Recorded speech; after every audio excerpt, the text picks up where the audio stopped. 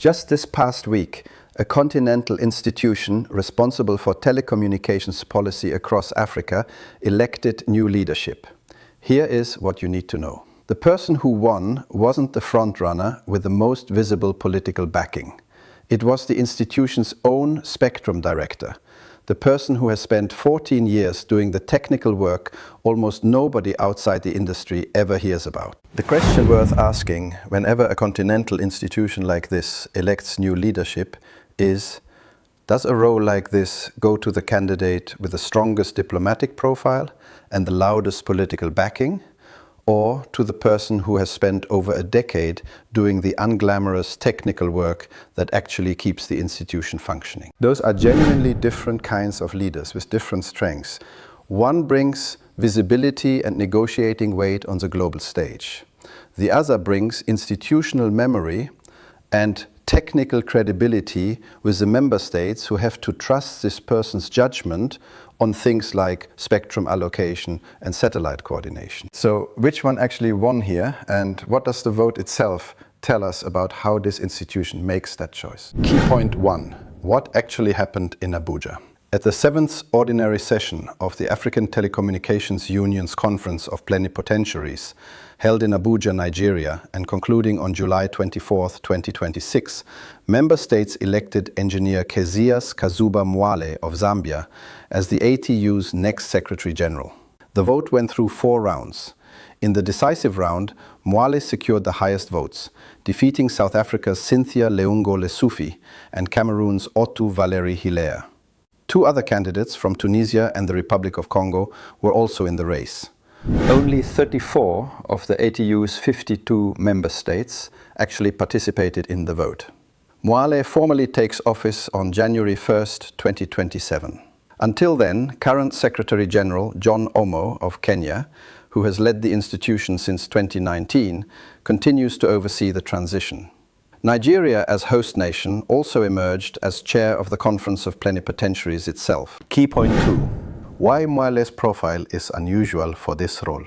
Mwale has served as the ATU's Director for Spectrum since 2012, 14 years inside the institution's technical core, not its diplomatic front office. Over that period, he is credited with helping grow ATU's membership from 39 countries to 52, and with work on 5G spectrum optimization, satellite resource coordination, and continental technical initiatives. He holds an engineering degree from the University of Zambia, a master's in broadband and mobile communications from the University of Kent, and an MBA from the University of Nicosia. Picture 2 kinds of candidates for a role like this.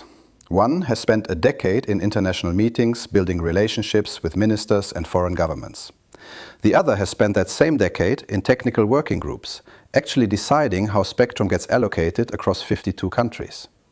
Member states just chose the second profile to lead the whole institution. Key point 3. A genuinely contested and genuinely confusing endorsement story. Here is a part of the story that deserves more attention than it's getting.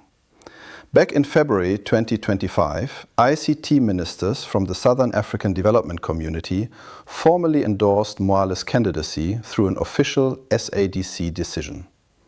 Then, in July 2026, just before the vote, South African President Cyril Ramaphosa publicly announced that South Africa and SADC supported Lesufi instead. Both of those endorsement claims are independently reported.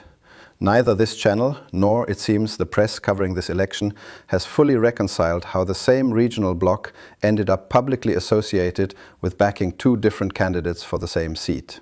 What is clear is that Mwale ultimately won a comfortable majority in the final round, and that the race was close enough to require 4 rounds of voting to resolve. Key point 4. The election wasn't the only major outcome of this conference. This is the part of the story that's getting almost no attention outside specialist trade press, and it may end up mattering more than who holds the Secretary General title.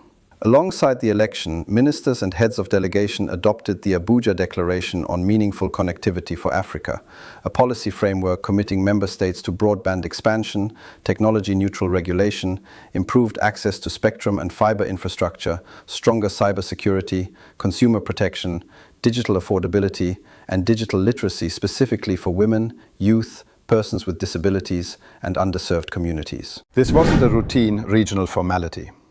The International Telecommunication Union's own Secretary General, Doreen Bogdan Martin, attended and stressed that affordability, enabling policy, and digital capacity are the real keys to closing Africa's connectivity gap. A direct global institution endorsement of the Continental agenda being set in Abuja. Outgoing Secretary General John Omo personally presented the declaration, and Nigeria's Minister of Communications, Innovation and Digital Economy, Dr. Bosom Tijani, reaffirmed the country's commitment to the agenda. So what does all of this, the election and the declaration together, actually tell us about how Africa's digital institutions function right now? The strategic insight. Here is the reframe I want every regulator, investor and industry leader watching this to sit with. A technical insider with 14 years inside the institution just won a genuinely contested 4-round election despite competing claims about regional political backing. That is a meaningful signal about what member states currently value in this role. Institutional credibility over diplomatic profile. But he is inheriting more than a title. He is inheriting a fresh set of continental commitments in the Abuja Declaration, covering affordability, spectrum access and digital inclusion that member states have now formally signed onto in front of the ITU's own Secretary General. If that sounds familiar, it should. This is the same pattern this channel flagged in our AFCFTA digital trade episode. Ambitious frameworks adopted with real fanfare whose actual value depends entirely on whether anyone tracks and enforces them once the conference ends and the cameras leave Abuja. Mwale's technical credibility may be exactly what's needed to turn declaration into implementation.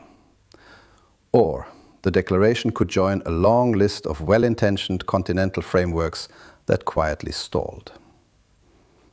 The next year will tell us which. So here is what to actually watch for as this transition unfolds. The practical takeaways. 1. Watch how the incoming leadership engages with the spectrum and satellite sovereignty issues this channel has covered before, including Starlink regulation and the broader LEO versus fiber debate. Mwale's technical background makes this a natural area to judge early performance. 2. Track the Abuja Declaration the same way we've urged tracking AFCFTA's 8 calls to action. Watch for published deadlines and a named accountability mechanism, not just a policy document with good intentions attached. 3. Track whether the competing SADC endorsement claims get any further clarification.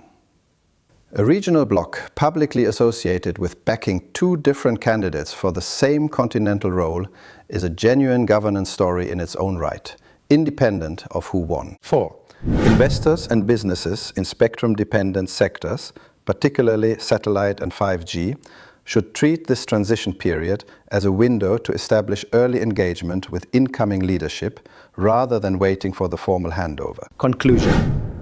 Africa's Telecommunications Union just chose institutional credibility over diplomatic profile in an election close enough to need 4 rounds, and paired that choice with a fresh set of continental commitments on connectivity, affordability, and digital inclusion.